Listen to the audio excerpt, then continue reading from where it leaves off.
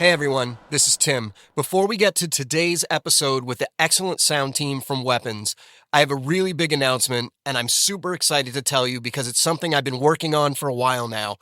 On October 21st, Tonebenders is going to Mexico City to host a day-long gathering with the sound community there.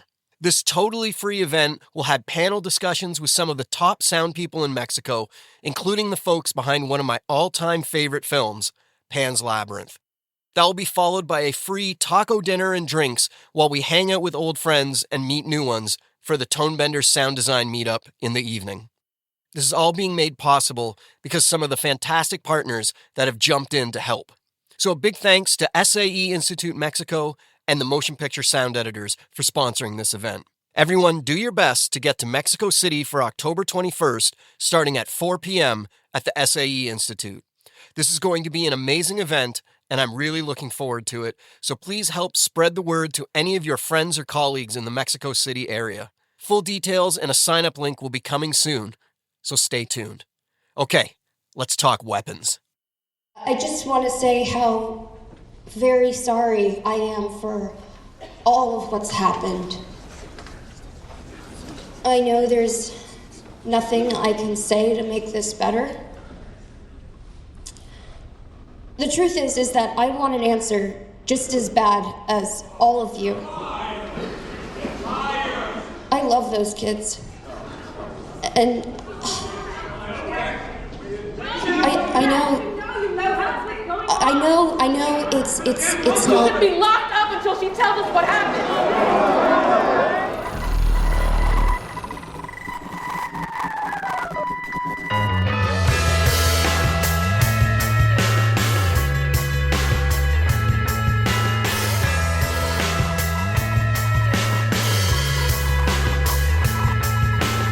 You're listening to Tonebenders Sound Design Podcast, presented by Sound Ideas.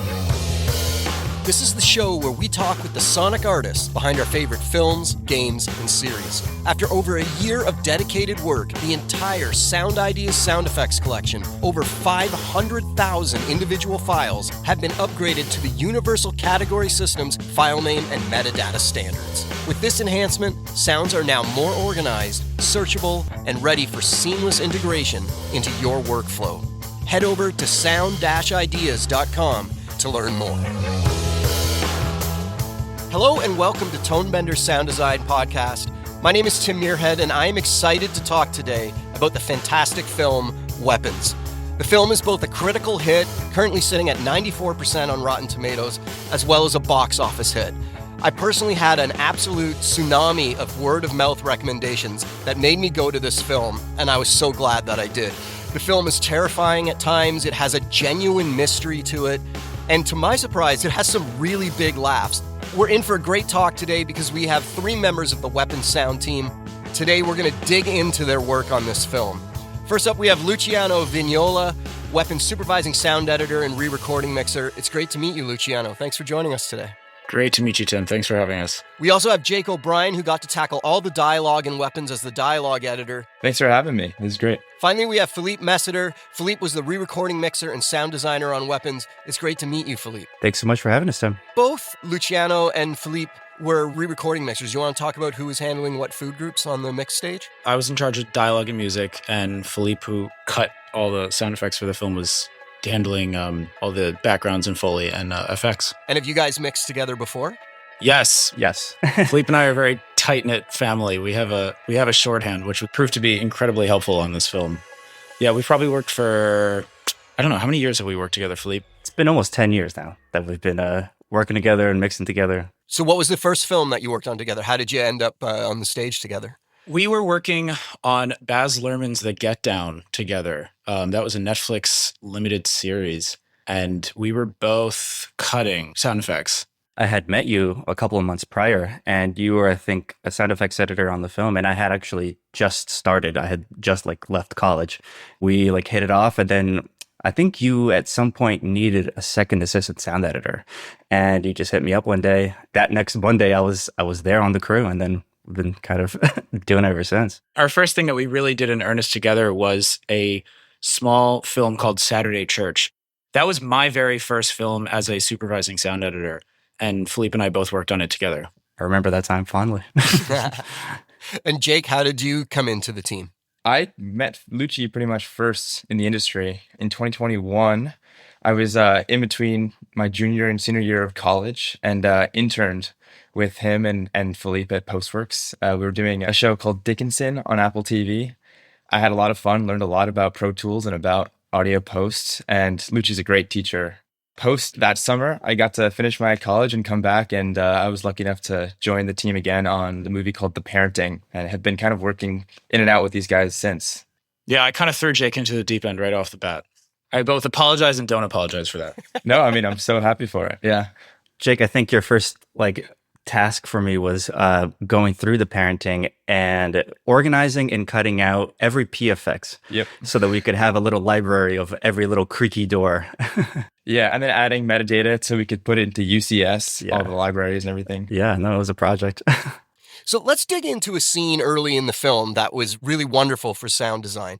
There's kind of a montage that opens up the film, and then we're into the school's auditorium where all the parents of the missing kids, and I think the greater community in general, are all gathered to have a talk about where the police stand in the investigation. The scene starts off kind of calmly, and then it builds and it builds as all the parents' emotions are stirring, and everyone wants to hear from our main character, Julia Gardner. It becomes this super loud cacophony of sound, and then there's a cut. And all of a sudden, Julie Gardner's standing at a microphone in front of the crowd, and the crowd is quiet, but there's still tension in the air. If you guys can talk about building that scene up to the cacophony, how you manage to make that cut work, and then maybe also how you keep tension in the room when the crowd is ostensibly silent. A lot of that stuff was scripted. It was shot that way and it was cut that way. So a lot of these scenes and these setups came to us that way, and it was our job to just heighten it, squeeze every last bit of sort of energy out of it. That giant smash cut to almost complete silence, the work for us was, what is the anchoring sound that brings us back into focus? That was something I think Filipe can talk about, that we sort of played around with pieces of what we want to hear. We both worked really hard to structure that scene with a lot of loop group. Really, that's what really carries us through a lot of it. And, Lucci, you did some really incredible work there, mixing all the specific loop group that we have, in the Atmos format, and just really placing us in the scene. For my part, I was really just kind of trying to support all of that action with just body movement and chair creaks. And you can't necessarily hear it in the cacophony, but there is a slight rising pitch of the electric buzz that I think eventually is what lands us on the other side of it, that anchors us to the room before she actually starts getting to it and before we start hearing the crowds again. The loop group was the first big instance of going full Atmos. There's this sort of secondary Atmos technique that I learned from a mentor of mine, Martin Sembor, who in turn learned from a guy named Tonebenders, who's an incredible sound designer. And it's the use of Atmos objects not as incidentally placed objects that move around the room, but you set them up as fixed place objects that we call quote unquote fields. And it's a quick way, once you set it up on the tracks properly, but by using sends, to just widen your sound field just ever so gently and delicately without distracting the audience. Something that another filmmaker told me about recently. He calls it the exit door effect, which is his interpretation of you don't want the audience to turn their heads away from the screen necessarily, or you do, but you just have to be in control of that reaction. The crowds in the very beginning, call it my mixing style, but I like to err on the side of sort of subtle immersion. I don't like to be distracting necessarily. So, but that crowd really we pushed it in terms of width, and there's the principal speaking at the podium as the camera's slowly turning. That's an Atmos object. And then the crowds sitting in the background are placed in a huge 712 cinematic rooms verb. So the whole thing is big right off the bat. And then there's that amazing cut to 0. And then you just hear ever so gentle chair movement and rustle. And I think there's a distant cough in the background. And then Justine, Julia Gardner's character, starts talking. So it's a cool moment.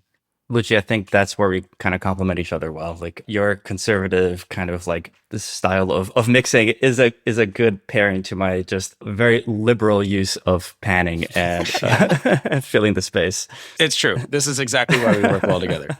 Philippe goes big and I rein him down, and he pushes me outside of my comfort zone. So we work very well together. Jake, how did you handle so much dialogue happening in that scene as the crowd builds? The big call outs in that scene from the crowd are scripted moments that we like wanted to keep in. Luckily, the scene itself was really well mic'd. When Julie gets on mic, we have like 3 different layers of like a dry, like a verby version of the room that we could use to balance against that. In terms of the crowd itself, I did a lot of the initial cutting of the group pieces there and was working with Lucci back and forth. We're like building layers and like building an escalation of like whispery, like coffee kind of layers, and then kind of slowly building into more specific call outs that are kind of buried that you can't necessarily discern what they're saying, but all of a sudden we have like a huge crowd going. It's also a good moment for the loop groupers because they get to really be featured.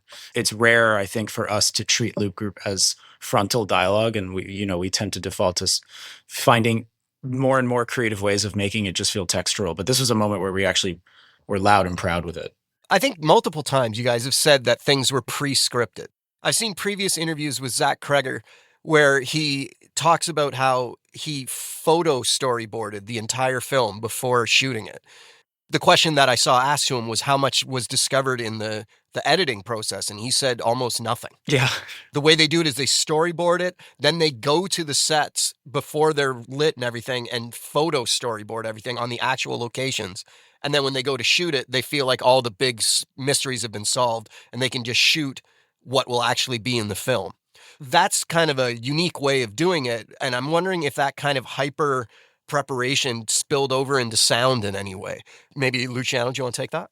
Yeah, it was extraordinarily helpful to have a roadmap that was so structured for us because A, it helps us understand our MO, but it also challenges us to try and actually top Zach and figure out cool and inventive and creative ways to like outthink his, genius.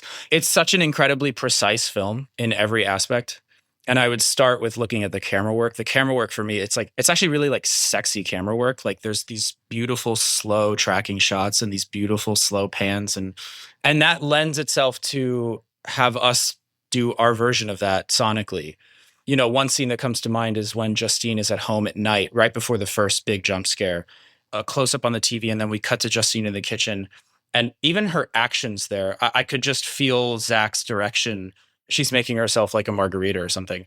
And there's just the cadence and the rhythm and the timing of placing down these 4 objects and then the doorbell and then the pause. And then very slowly the camera tracks over. Like it's all done with such grace and elegance. That was all there. That was all set in place. And right from a very early cut that we saw, that was all very much there.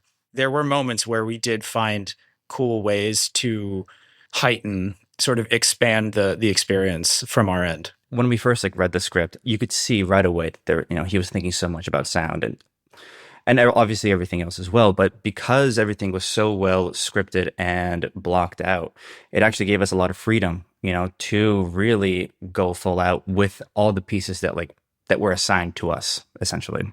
To me, it was just incredibly freeing to be able to follow the direction exactly and to do exactly the best we could in those moments that we were given. One good example here is, again, when Justine is walking through the liquor store, right? That's a fairly simple scene, at least logistically. We're following her walking through.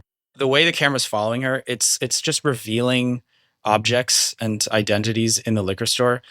And our response to that image is to sort of get little pieces of sounds as the camera's revealing things. So there's like the individual fridge buzz that reveals itself when we sway to the right, and then when we sway to the left and you hear some guy off in the distance, like at the till, picking up his bottle of liquor or whatever. And the music in the liquor store, again, is fully in its Atmos craziness, where like every time the camera, it's all subtle, but every time the camera turns or pans or moves, I sort of had it follow. The music was doing, a cool rotation thing. As Filipe said, it's like we were never forced to put a hat on a hat with trying to storytell this film. We knew how our puzzle piece would fit in very, very well. And that was both a luxury and a challenge. When interacting with Zach, if he's got this pristine vision of what it's going to be in his head, when you introduce new ideas, was he open to them? Yeah, he was absolutely open to us pitching him things, but I think there was a reservation because I think he has such a clear vision of what he wanted in each moment that, again, it was like a really fun challenge for us to be like, I hear you, I hear what you want, but I'm going to try and top this and figure something a little different out. And I think there are moments in the film where we knew less of what it was going to sound like. An example of that is, I'm jumping ahead in the film now, but at night when we finally reveal where the kids came from and where they ran to, that was a moment where the choreography between score and sound, it begins with score, and we have what Zach so eloquently called the blum sounds, the giant, big, brash like things. I to this day don't even know what they're made of, but we call them the blum sounds. It's like this low pad, and then on top of the pad, you just hear these big, bombastic score moments. The question for a long time was, do we bring back diegetic sound? When do we bring back diegetic sound, and what exactly are we doing? Because again, like this film is so precise. There was a world where we didn't really need any of it. We were sitting in this, music video territory for quite a long period of time. It's probably like a minute. And then the kid starts to come around the corner, and as they're approaching the house and Gladys and Alex are standing in the doorframe, it's going to be incredibly challenging to bring back sound from absolutely nothing and sell that, but let's give it a shot.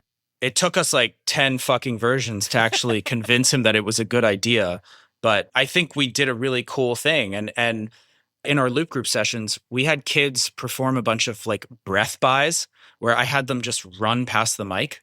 So you had this like Doppler breathing of like the panting kids as they run through. And then we had Foley record the kids running up the concrete and then into the wooden interior of the house. It's so hard to register all those little things. It's like, okay, we're competing with score here. We're trying to sell breath buys, and we're trying to sell like the change in texture of footsteps going from concrete. It was like such a tall order, and it took a while. I think a pattern that we developed in the mix was we would present something to Zach, and he'd be like, I like where we're going. This isn't it though. So try again. And we go back to the drawing board, and we'd come back the next day. And again, we play it, and he'd be like, okay, yes, keep going though. And then finally there'd come a time when I could tell that he was convinced, because he would stand up, come right to the computer and be like, okay, all right, that sound, try moving that 2 frames to the left, and that sound, kill that and put that and make that loud. And then we would be like, yes, good, done, move on.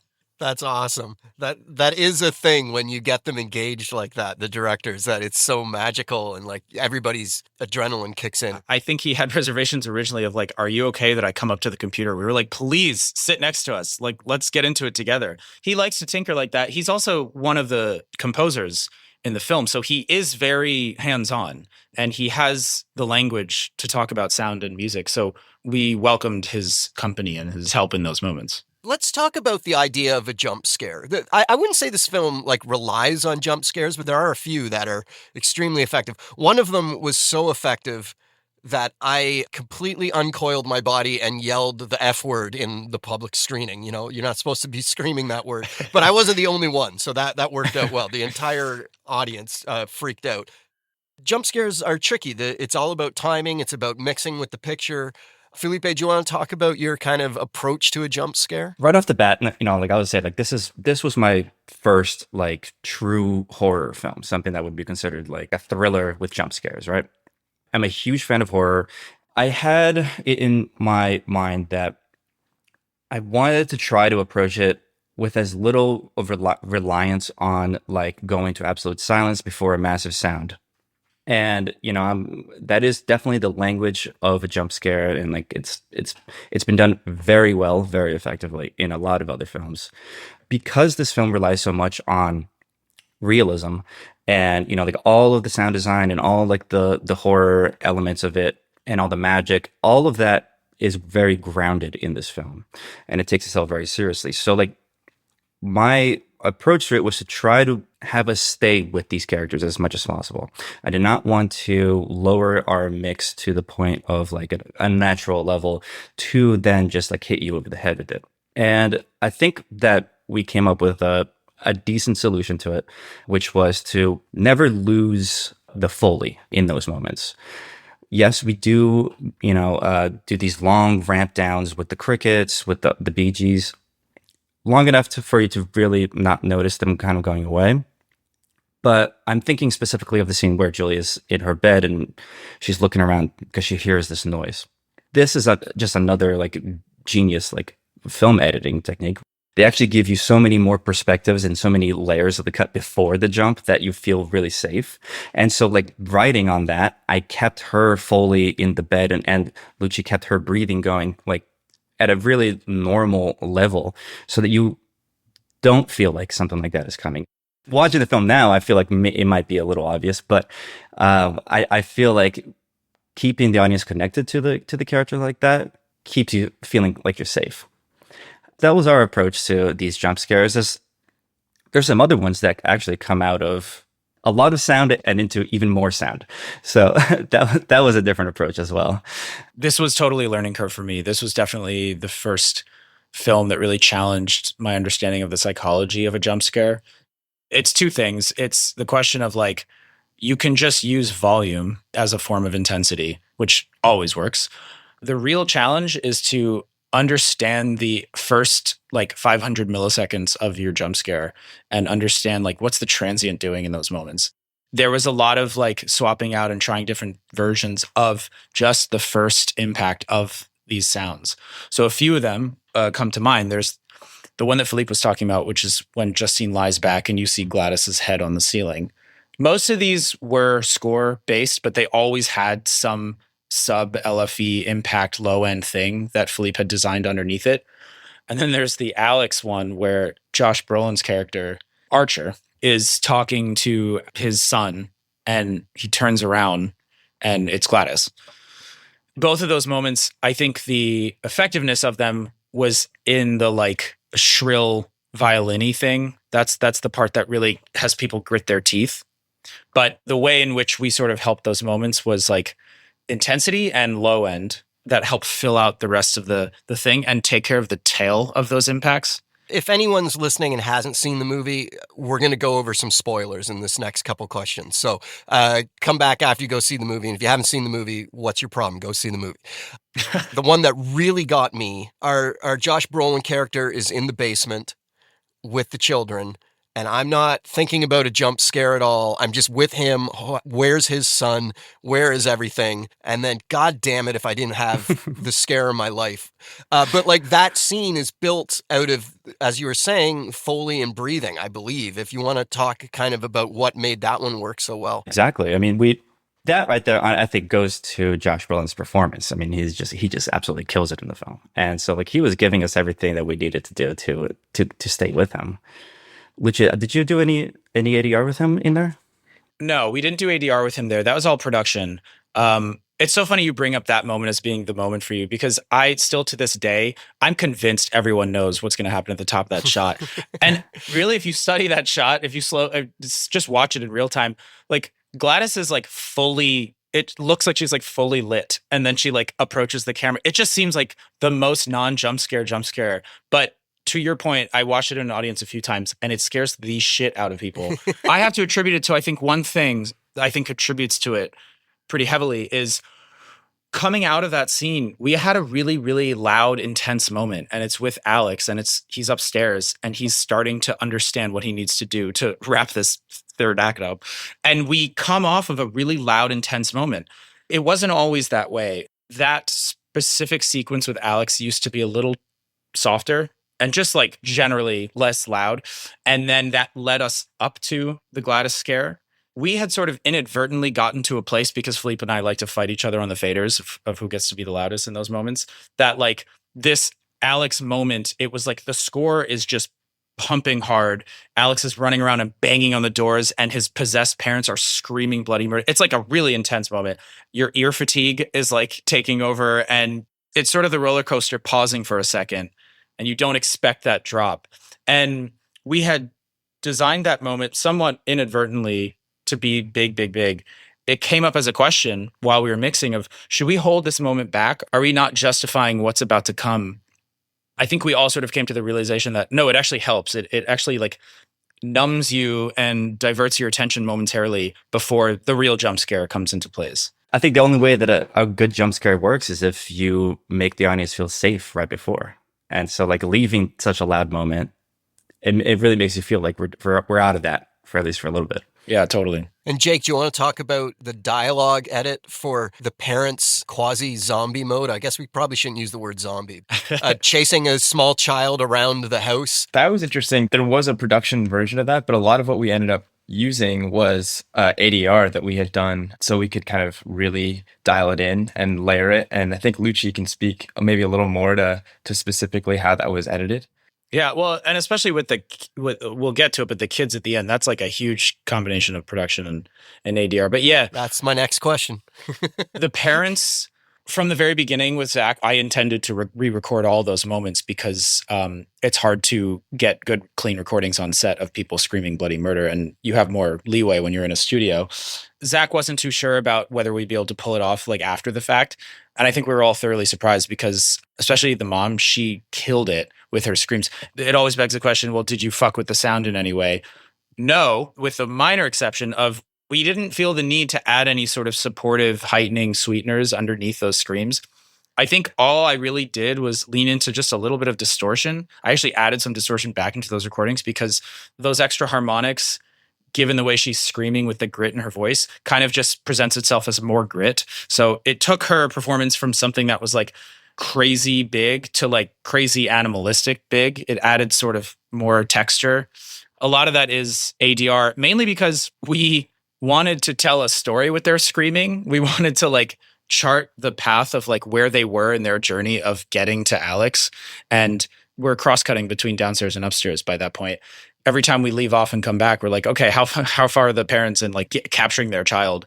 And so she did a really great job at sort of like giving us a narrative, off-screen narrative behind the door of like showing her frustration with not being able to get in. And then finally, when she gets in, it turns into this like, I've made it kind of a scream. And then it just goes forward and from there. After that, our child hero, Alex, figures out how to turn the tables on Gladys. The children burst out of the basement. They burst out of the windows. They burst across the neighborhood and they're chasing Gladys. And it's this super intense scene of these children screaming and running. But the way that it's mixed actually makes it kind of funny at times as these waves of screams, the children running and falling over top of each other. When did you discover that that could be both intense, terrifying, but also have a humor aspect to it? I think right when we first watched it, right? And first of all, just laughing at the ridiculousness of it and just like how intense it was. And I think just the way that it's cut, it really speaks to Zach's comedy brain.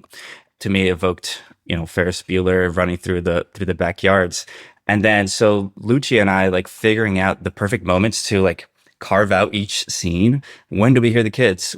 When do we hear Gladys? When does Gladys stop? Give us a second to hear like one tiny sound effect that may like bring this kind of like mundane life moment to like up to like the comical level. And then when do we hear like the kids just like run right through right from the start, just scripted to be just absolutely hilarious. It was funny when we watched it in a very early cut. Our goal there was just to like, again, squeeze all the intensity out of it as much as we could. And that was a huge production / ADR loop group thing. Benefit of having recorded the kids in loop group during that running scene was again to take advantage of Atmos. I wanted to create the sensation of immersion when the kids are running by you. That is a moment where I actually used objects as they were originally intended. We also just wanted the production quality of the kids when they're screaming. Again, it tends to look like a stick of butter. It's just like hyper compressed, and because of all that compression, they end up sonically feeling a little like mid forward, and they don't have a lot of texture and separation of the kids actually screaming. So getting a chance to re-record a bunch of kids and texturing that and sprinkling that on top was like very much a much needed sort of seasoning to like add the high end of the mix back in. The little like sequences of Gladys running through the house and running through someone's backyard and stuff. Again, like all that was hilariously already scripted. This was already there. The comedic timing of how you go from hearing the kids to suddenly not hearing them when you cut to a new angle, and the way that wave comes in at you is stylized in a way to bring out the comedy. Totally. Which is also so needed at that point in the film, because you've been just had a massive jump scare. You're seeing this little kid being chased by his parents trying to kill him. Like, it's a stressful as hell scene. Yeah. And then you would think the stress would be amped up when all these kids come jumping out of a window chasing the bad guy. And yet all of a sudden you're just kind of able for a couple seconds, it's probably like 45 seconds, to let go and laugh and like go, oh yeah, this is all ridiculous. And then it goes to one of the most crazy scenes of the movie when they catch Gladys, and that's a disarming scene unto itself. But the timing of it all, I was just wondering if you could speak to if you had to play around with when you brought the kids in and took them away and stuff like that. Within each moment, because again, we're cutting to different perspectives, right? And telling little like micro stories in those moments. That stuff was all sort of charted. The decisions that fell onto our laps was like within those moments, how much do we want to play up the perspective? Like there's one moment where Gladys is running through a backyard. She turns a corner, and that's when she's approaching the wooden gate. And we're cutting to and from the kids. That took me a while to find the balance of like, how close are the kids to Gladys right now? And I think we leaned more towards the like cinematic quality of like, let's cheat this and not let the kids be too loud, because it's funnier. Again, these stark contrasts between kid and no kid thing, as you said, the more we leaned into it, the funnier it got. So that was a moment where like Zach had to sort of rein my propensity to want to be like perspective accurate in, to say like, no, let's lean more into the comedy than like the positional accuracy of where everyone is. And then the kids at the end, I think part of what makes that moment so good, aside from how bonkers it is the quality of the kids screaming. It shifts after a second from like raw into just like they're like on a roller coaster. Yes. There are literal like wheeze in there, like WEE kid, just like wee, which we both got in ADR and was very much in production. One fact that Zach told us was apparently the prosthetic, the thing that they were ripping apart, they weren't quite sure how intensely the like fake blood spray would actually look. And I think the kids underestimated the intensity of what was about to happen. And so a lot of those screams are very genuine, like genuine reactions to like, what are we doing right now? Which also lends into the comedy of it. And it's beautiful. And then the big conversation in that sequence was, we have this really cool ethereal like harp cue that slowly comes in at a simmer. And that was another like side quest for us of like, it took multiple days to figure out, where does that come in? How much does it sneak in? At what point does the audience register it? And, because you want it to side with the audience by the end of that moment. You want to say like, we know how crazy this is, but we want to eke out as much of the intensity before we get there. To be honest with you, that was the very last decision that took us out of the mix. We ended up having to come back to the mix stage a few times after we quote unquote wrapped the mix, just to address that one moment, because we still didn't feel it was quite right. And when you're working with like a threshold of score sitting on top of other sounds in that way, it's so nuanced and so delicate that sitting in a different room all of a sudden can break your experience of what it used to feel like. And that's what we ran into, is that Zach had a chance to hear the mix after we left. And we mixed at Warner Brothers in New York City, and he lives in LA, and he listened to it in a stage in I think Warner Brothers Burbank. And he was like, oh, this moment is hitting different now. I don't know why, but we should go back in and like play with it a little bit. So that was actually like the very final decision of this mix that like took us into like OT, as it were. So within the context of the film, Foley plays an absolutely massive role. And I feel like there was some unique stuff done with Foley.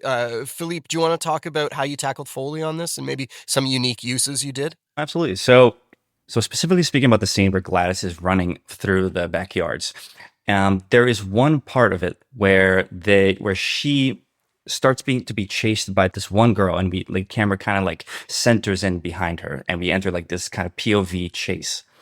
This is the moment where Lucia and I joke that this is the most overly engineered sound moment of this film. Yeah, this is our magnum opus. This is the most important moment that no one will ever catch. And it lasts a total of like 20 seconds.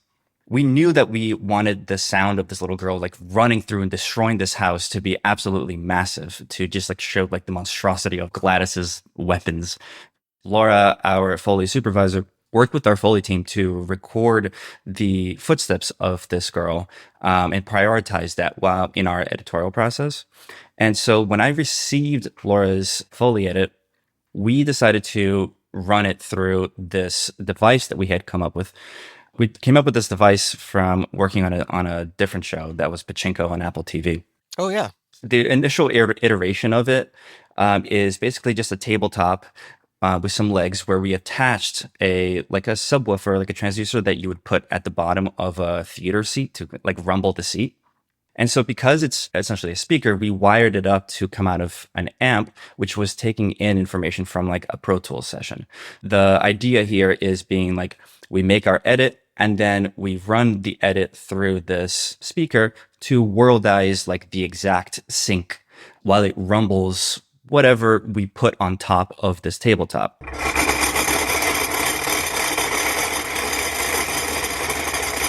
For weapons, we found another really good use for it in this moment, but we knew that we needed to affect much more than just a tabletop of like cups and glasses. So we cut the thing down to a portable size. We attached handles to it, attached a cork board surface to the very top of the wood. A quick note for listeners, they've given me a picture of what this looks like. So if you go to tonebenderspodcast.com and go to this episode's page, you can see some pictures of the actual device that he's talking about. That allowed us to really get like a good grip on whatever surface we would like press the device against.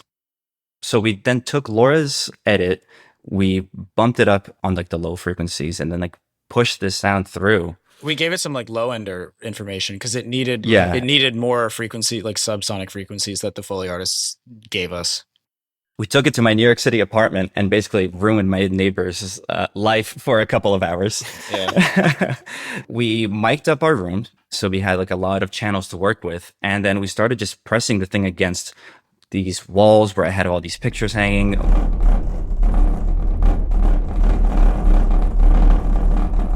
We pressed it against like china cabinets. Press it against all layers that would essentially make up a family's living room.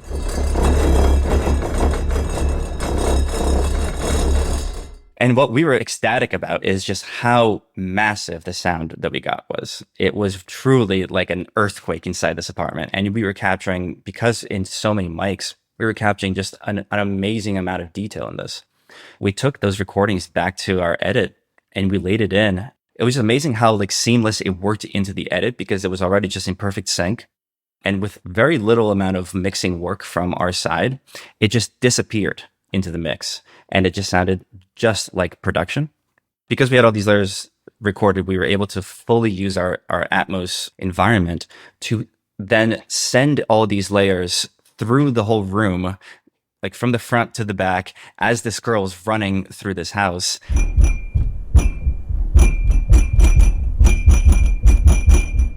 We were just astounded by just how huge this sound was and how accurately and carefully we were able to like make the section of the chase. So basically, the whole room resonated with each footstep that she took.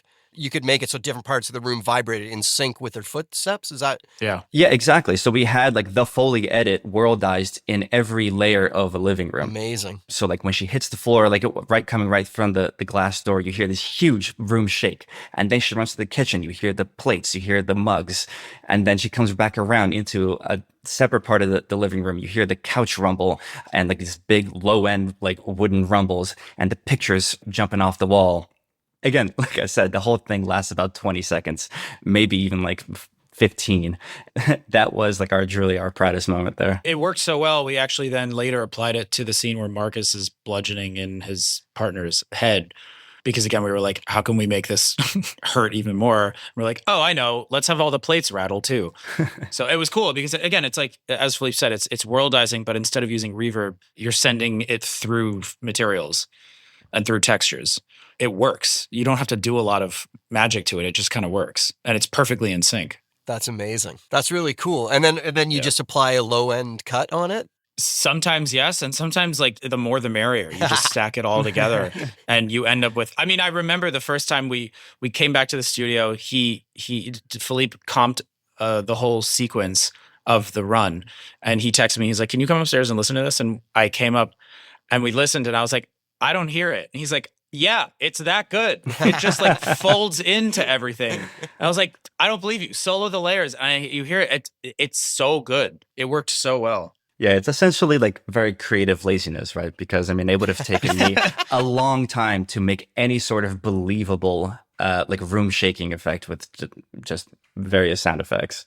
Jake, let's give you the final question. What was, it's hard to interview dialogue editors because when you do your job well, I don't know what you've overcome to make it sound great. Do you want to talk about maybe what was either the most challenging scene or maybe the most fun scene for you in Weapons? Totally, yeah. And you're totally right. Like, I think if I do my job well, nobody ever notices it. So sorry, Jake. No, I mean, that's the nature of being a dialogue editor. But the opening voiceover in particular was an interesting challenge because one, there was a lot of switching of takes, between the lines that we were going through. And this is like a little girl who's not keeping her tone consistent the entire time. And also, half of the voiceover was recorded about 6 months after the original half. And she had gotten older, which means her voice had gotten a little deeper. So there was a lot of playing around in Revoice Pro with like both timing and pitch correction and also like using of alts and just really like dialing in the voiceover so it sounded as smooth as possible. And so we had versions and versions that Zach would come and listen to on my headphones until we like finally found like a version of it that we thought sat well and sounded natural, especially some like editing decisions or like lines that Zach wanted to end up with the mix having that were never officially said. So we had to kind of, frame together different takes into a certain line that was never like fully pieced together on the ADR stage. That moment is like taped together within an inch of its life and nobody will ever know because Jake killed it. Originally, there was like some pretty awkward chunked together pieces and we were like, all right, we have to fix this. Yeah. A good chunk of that opening narration is over just black screen as well. So there's nowhere to hide at all. Totally. The first thing you're noticing. So it took a lot of time to make sure nobody is going to like think about, was that something that I would hear a person say, but I think it ended up sitting pretty well. That's awesome. Thank you very much for talking to me today. As I said at the beginning, I really enjoyed this film. I had some other questions. We're kind of running out of time, but there's lots of really cool manipulations of BGs in it that kind of worked your psychology. Forget it. I'm going to ask you one last question. Let's keep going.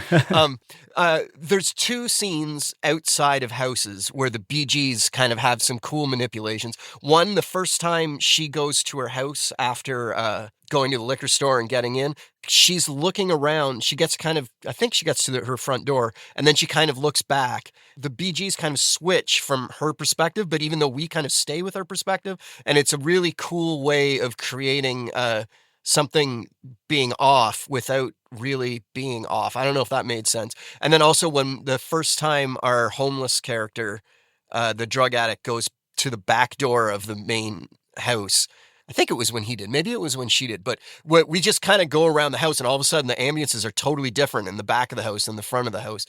Filipe, do you want to talk about how you can use sound to affect the psychology of a scene like that? So like perspective was by far like my biggest focus on this film. I used a lot of different reverbs and delays to just really like play with the backgrounds and all the ambiences and just everything going on around it.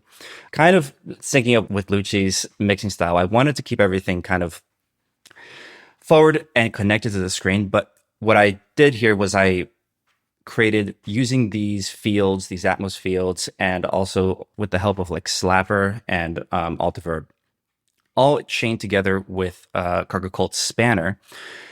I was then able to kind of really dial in all the motion that's happening in the backgrounds. In a lot of these scenes, like we were really really paying attention to how tight the perspectives were going to be, because mirroring the camera, all the camera actions and all the different cuts, they're done so well that I really just wanted to mirror them like with sound. A lot of work done on the Bee Gees with like all the crickets, the winds. This is like a small town where somehow we never really see anybody else. All of our characters are always in these like transitory spaces where they're doing their thing, but you never hear like the rest of the town. And so that was like something that I really kept in mind. How do we create this town where you never hear anyone else? So that was like my big focus, focusing on the winds, focusing on the bugs, focusing on very far off distant traffic, one child playing in the background.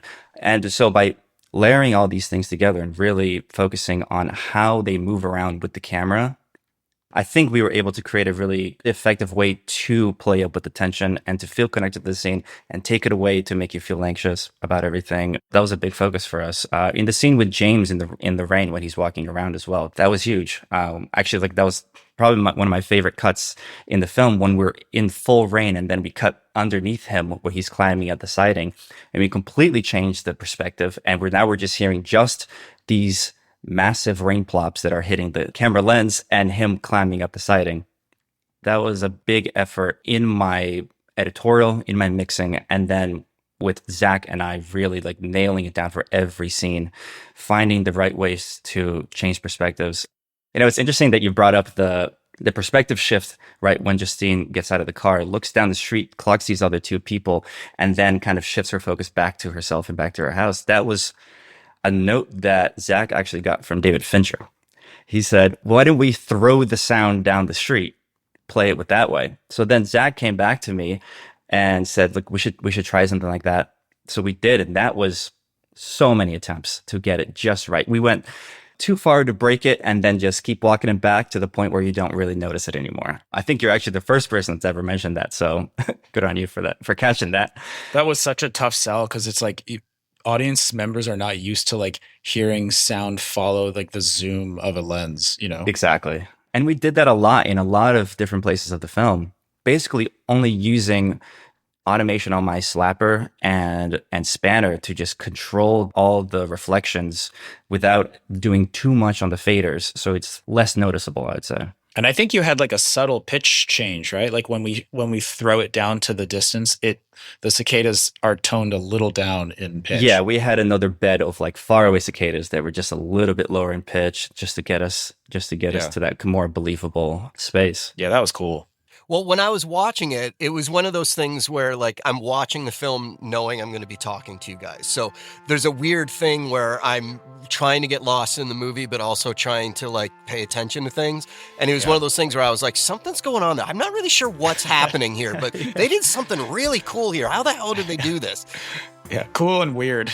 I'm glad that we were able to talk about it. That's fantastic. Okay, guys, thank you very much for talking to me today. It was great meeting you all, and stay in touch. Next time you have a big project, let's get you back on. It was fun to talk to you. Thanks so much, Sam. Thanks so much, Tim. Yeah, thanks so much. That was a really fun talk. Big thanks to Lucci, Filipe, and Jake for joining me today. Remember the upcoming Tonebenders event in Mexico City, sponsored by the MPSE and the SAE Institute, coming up on October 21st. Don't miss it. After over a year of dedicated work, the entire Sound Ideas sound effects collection, over 500,000 individual files, have been upgraded to the Universal Category Systems file name and metadata standards. With this enhancement, sounds are now more organized, searchable, and ready for seamless integration into your workflow. Head over to sound-ideas.com to learn more. Tonebenders is produced by me, Timothy Muirhead. Theme music is by Jim Guthrie. You can reach me via email through info@tonebenderspodcast.com. Follow Tonebenders on Instagram to stay on top of new episodes. If you like the show, you can help us out by spreading the word to your friends and colleagues, or leave us a tip. Just go to tonebenderspodcast.com and click support.